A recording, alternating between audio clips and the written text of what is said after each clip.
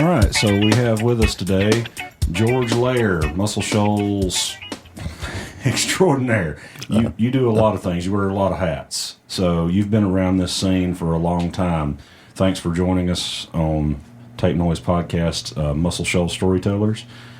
And so I guess let's just get started kind of from the early days and go up to today because, you know, Muscle Shoals has a awesome past, as everyone that knows anything about the town knows, but it's also a lot of really cool stuff happening now. So that's right. It's really exciting today. Well, to start off with, I had the good fortune of working as Jimmy Johnson's production assistant back in the early 80s. I had become friends with Diane Butler, who was the publicist at the time. And so when they had a opening, she invited me in to talk with Jimmy, and Jimmy and I hit it off. So I came to work here and did whatever Jimmy wanted me to do. So Diane Butler, talk a little bit briefly about her. Diane started working at the original 3614 Jackson Highway site, and she worked publishing and also did a newsletter of the goings on here at Muscle Shoals Sound. Oh, okay. Yeah, I didn't know that. I'd like to. Anybody got any of those laying around? Actually, there are a couple I've noticed over at the 3614. Yeah, I need to go check them out, but that's pretty cool. And I'm sure I have some. I just I would need to locate them. Well, how long did you work for Jimmy? Like what years? I worked, I can't remember if I started in 79 or if it was 80. So you got here briefly right after they moved to the second Muscle Shoals Sound location. Correct. It was about 3 years that I was here. What were you doing before you got involved with Muscle Shoals Sound? Well, I was living out in Spokane, Washington, and when I moved back here originally, I didn't know what I was going to do, so I entered UNA again to get a teaching certificate. And when Diane, I was all enrolled and everything, and Diane gave me the opportunity to come in and speak with Jimmy, and I jumped at that. So it just kind of landed in your lap. That's awesome. It did. So I guess give me a story or two about times working with Jimmy down here at the studio. We're in the same building, by the way, for those of you that don't know. My studio, Heartel Studios, which is where we're at now doing this podcast interview, is located inside Cypress Moon Studios in Sheffield, Alabama, at 1000 Alabama Avenue, right by the Tennessee River. But it used to be the second location of Muscle Shoals Sound from 78 till 05 before Tanya Hawley bought it and became Cypress Moon. Before that, this building was the Naval Reserve, and before that, it was the power plant supplying power before Wilson Dam was built. But anyway, just kind of a brief history of this building, but all that to say we're in the same building. My first few days on the job, Roger McGuinn and Chris Hillman were recording here. Oh, wow. And so that was a, eye-opener right off the bat. And it was really nice to see that when they took a break, they had rollerblades, and they would rollerblade up and down the long hallway outside the studios to kind of relieve their, pressures, or just, relax some. I can see that. That's a long hallway, so you've got plenty of space to get it and go. Mm-hmm. And Jimmy was producing the Amazing Rhythm Aces, which happened to be my most favorite band. So it was a case of get over it real quick as far as, a lot of people think that these artists are stars, and I mean they are, but at the same time they're just real people. Yeah. And you have to treat them like that, and so Yeah, it's easy to get starstruck, but if you're having to work, you've got to stay focused, and Right. you can't get all, like that about it. So, and it's also really cool because I know you know those guys now. Russell Smith and all of them, but it's really nice when you meet someone that's a hero or somebody you admire, and they're like, oh, they're really cool, just down to earth, normal people. Right. So, and that was the case with all of those guys, and they were here for some time. They were doing "How the Hell Do You Spell Rhythm?" I think was the title of the album, and I remember running off copies of Duncan Cameron's song, and I was thinking, gosh, I don't hear a song in that at all. And it ended up being, one of my favorite songs on the album. So you never know, as an early person coming into the studio situation, just to read the lyrics of something, it was hard for me to automatically hear the melody or anything going on. So what was working with Jimmy like? He wore a lot of hats. The buck kind of stopped with him. That's right. He over publishing, over essentially the studio. That's right. So because he wore a lot of hats, so did you. Well, being his assistant. If he was here, he wanted me to be here. So that was long hours. Sometimes it meant 100 hours a week. So, but in a way, it was what allowed me to stay in Alabama, because I had left Alabama because I had differences with social and political issues. And when I came back, I was uncertain if I was going to be able to stay when I first came back. And then when I got the job here, I was around all these creative people all the time. Mm-hmm. You definitely see a different side of the area when you're around the creatives around here. It really is a unique community to itself. It really is. And it's something, to deeply be proud of. Mm-hmm. While I was here, I had the opportunity to meet quite a few people that were so impressive.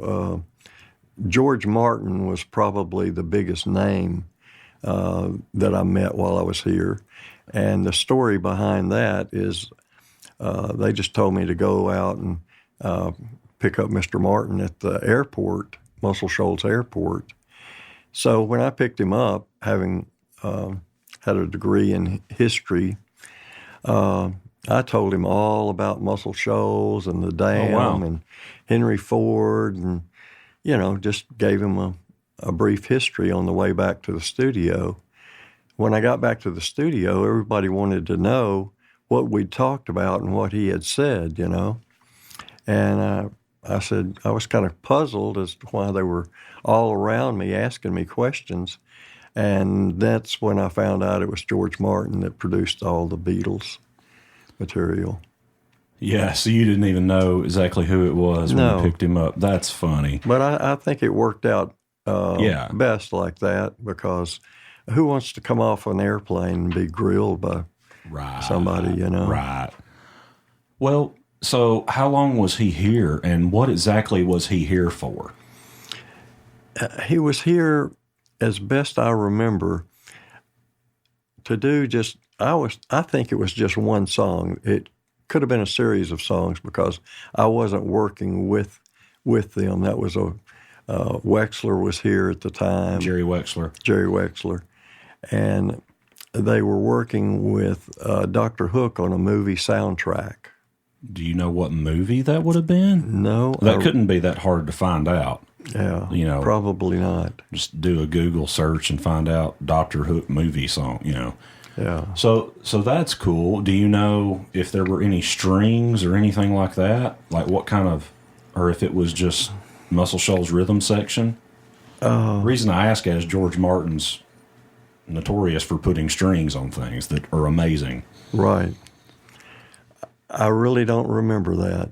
My main memory was picking him up at the airport. But he was here for a song that we can figure that that's homework for me. I've got to find out what song that is because that'll tell us everything. Right. What year would that have been? Probably 81, possibly 82, and it was Dennis. Is it Lair Quet of Dr. Hook that was the lead singer? Dennis. Yeah, I don't remember his name. Yeah. I'm looking at a list here of songs. Dr. Hook recorded here on several occasions. I wonder if it was "Sexy Eyes." That was an 80, and that was a 45 that was released. So that was a single. So it might be. I don't know. I'm going to do some research and find out. Right. This list I have here of all of the, well, not all, but most of the songs that were recorded here was. It only goes up through 95, or well, no, it only goes up through 1990. But it's a pretty extensive list. I think Dick Cooper put together. But I'm gonna do some research. He put it together with Jimmy.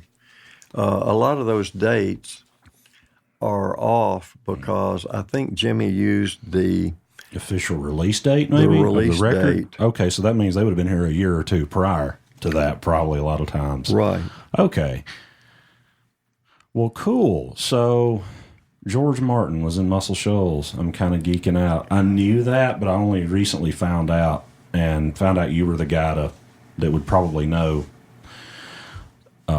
If anybody knew anything about it, it would be you. So, do you remember who was engineering on that session? Probably Steve Melton, maybe? Yeah, or Steve or Greg. Yeah. They did all the work here, or they were the primary engineers unless someone brought someone in. Yeah. So, moving forward several years, you ended up being, was it the curator of the Alabama Music Hall of Fame? It's interesting that my career, I followed Dick Cooper, it seems like. When Dick Cooper was working here as Barry Beckett's assistant when I came here. I originally met Dick when he worked for the newspaper in 1972 when he moved up from Birmingham. Mm-hmm.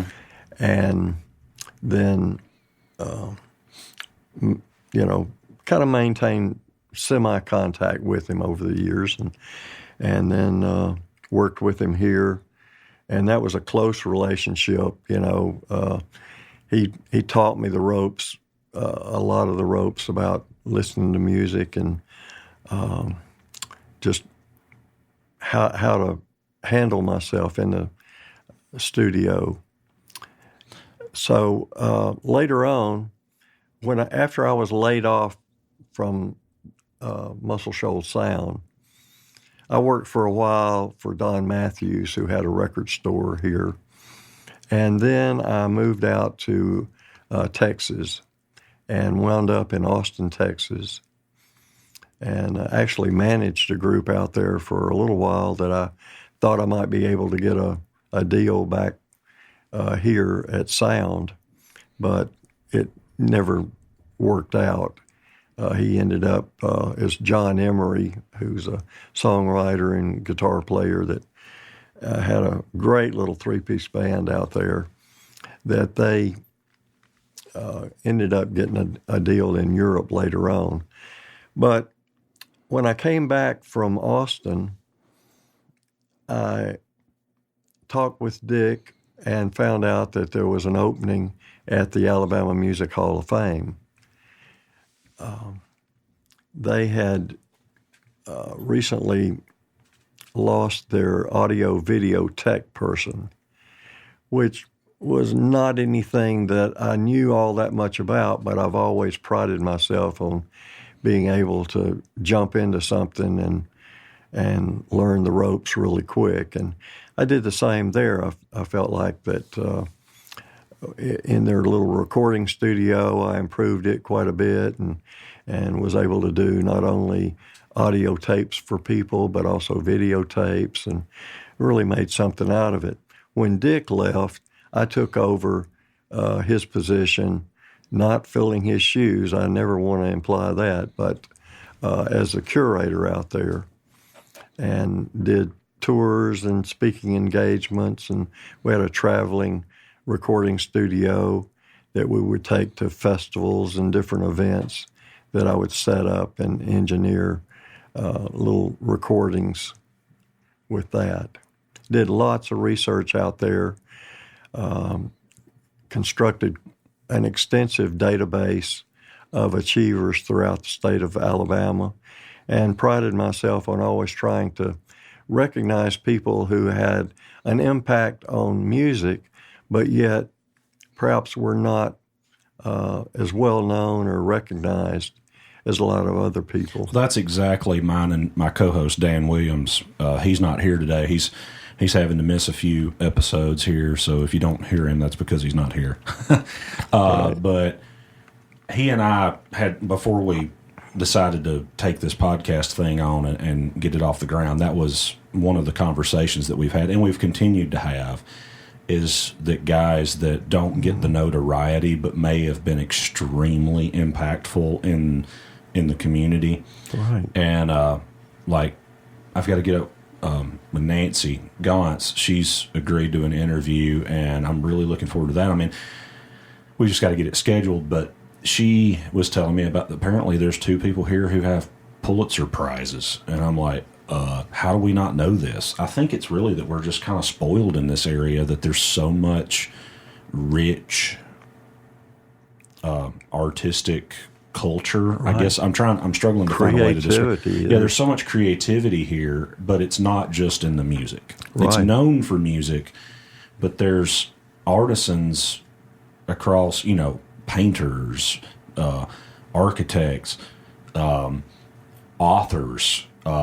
My wife is an author. I mean, and you have people that are deep into the historian sort of thing, and not just on the music side of things. You have people that are just, clothing designers, and I mean, Alabama Channon and Billy Reed. Yeah. I mean, it's incredible. It's really rich in creativity in a lot of ways. I met a fellow yesterday. I was eating at Stefano's with this fellow next to us. I got to talking with him, and he was a songwriter, and then he told me that he was also a painter, that he had written some books, that he's been to 6 foreign countries, lived in Malaysia until just recently. So there are a lot of people that are drawn to this little town on the Tennessee River. And it's a very strange anomaly that it exists where it physically exists. It does. Geographically speaking, it makes sense, but it being in the state that it's in, and all things considered, it's odd. Mm-hmm. Quite frankly, it's just plain odd. But I think that makes it that much cooler, because it's kind of like the weed growing through the crack in the concrete. It's very persistent and has continued to be that way. Let me tell you a couple of stories that I think are amusing. I mentioned not having recognized George Martin. Well, another person, a couple people that I didn't recognize, we were doing the Records and Producers Seminar out at Joe Wheeler State Park, and we had people from Nashville and L.A. and Atlanta, New York, a lot of people coming in to see what projects we were working on. And each of the studios had individual suites out there where we would talk about our product and serve drinks and everything. Well, so many people were hanging out at the guest rooms that they weren't going to a lot of the seminars. And so they asked us to close the rooms whenever there was a seminar going on. So I was in charge of the Muscle Shoals Sound Suite. I locked it up. I'm walking to the seminar with Roger Hawkins, And this fella comes up to us, and he just looked like somebody, a local out of the country, around Center Star area there. Mm-hmm. And he was saying to Roger, he said, I got to get in the room. I really need to get in the Muscle Shoals Sound room. I said, I'm sorry. They want us to keep that closed up. And Roger said, well, I think it'll be all right. This is Spooner Olam. Mm-hmm. So that was the first time I met Spooner.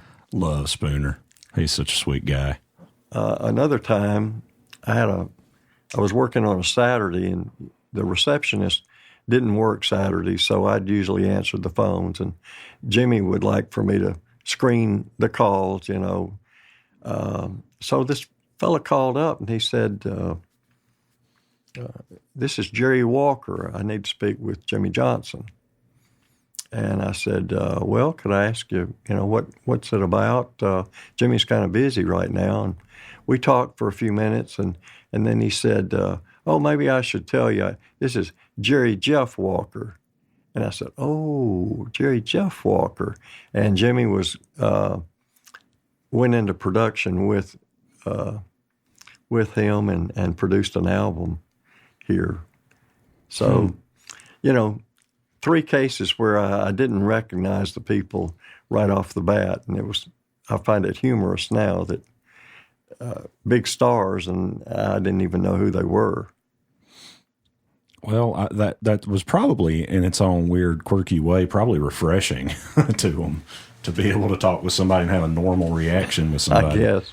You kind of alluded to the concept of studio etiquette earlier. Can you expound a little bit on what your thoughts are on that? Well, when you're in the control room, you just need to lay back and be a fly on the wall. Nobody wants your opinion on what's being done. I mean, numerous times I would have chill bumps and was able to celebrate with the people in the control room what we were listening to. But basically, you just lay back and become a fly on the wall. Like I say, I was in there with Jerry Wexler on numerous occasions when he was producing. Glenn Fry. I was in there with Johnny Rivers. Numerous people that came through here. Levon Helm, I was kind of in charge of Levon Helm while he was here and would show him around.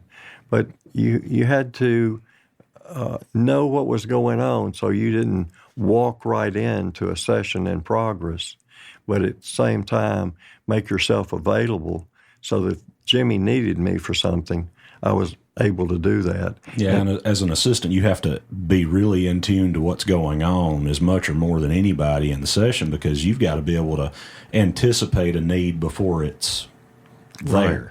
And sometimes that need was hamburgers at 2 o'clock in the morning. Right. I mean, that's, yeah, exactly. So you better have some ground beef and be ready.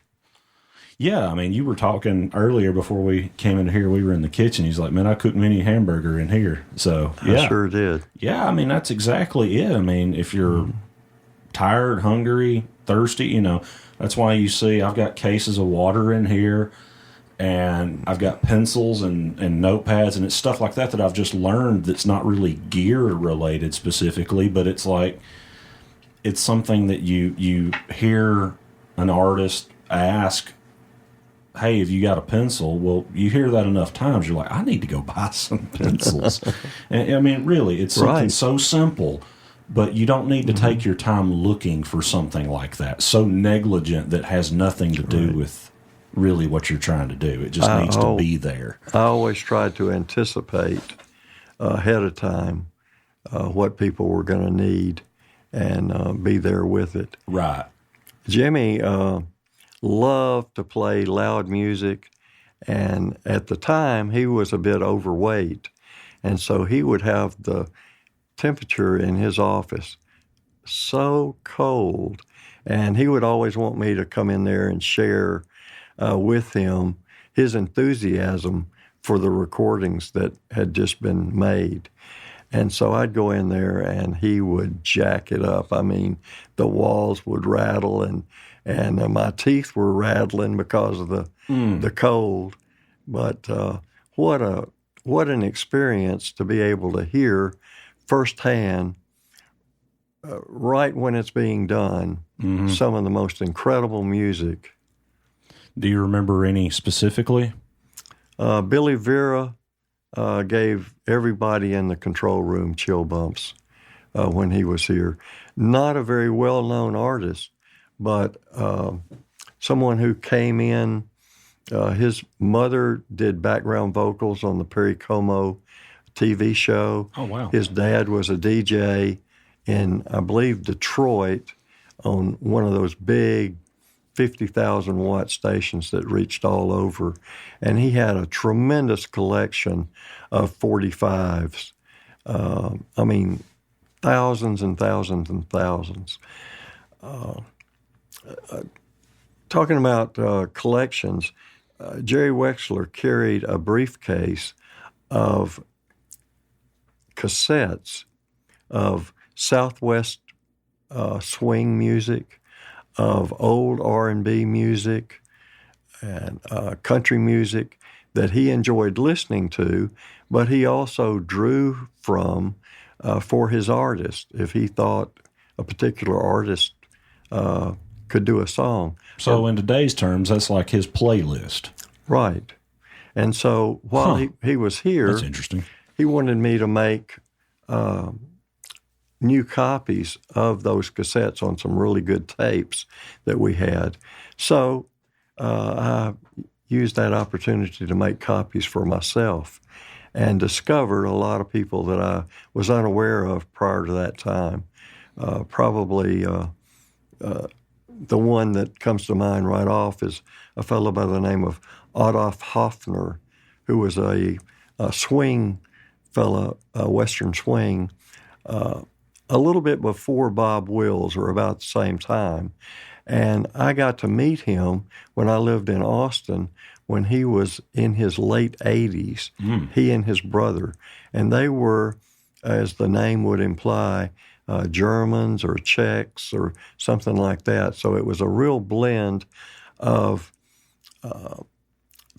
that kind of polka music that they brought over, the Mexican music and the country music, all blended together. Interesting.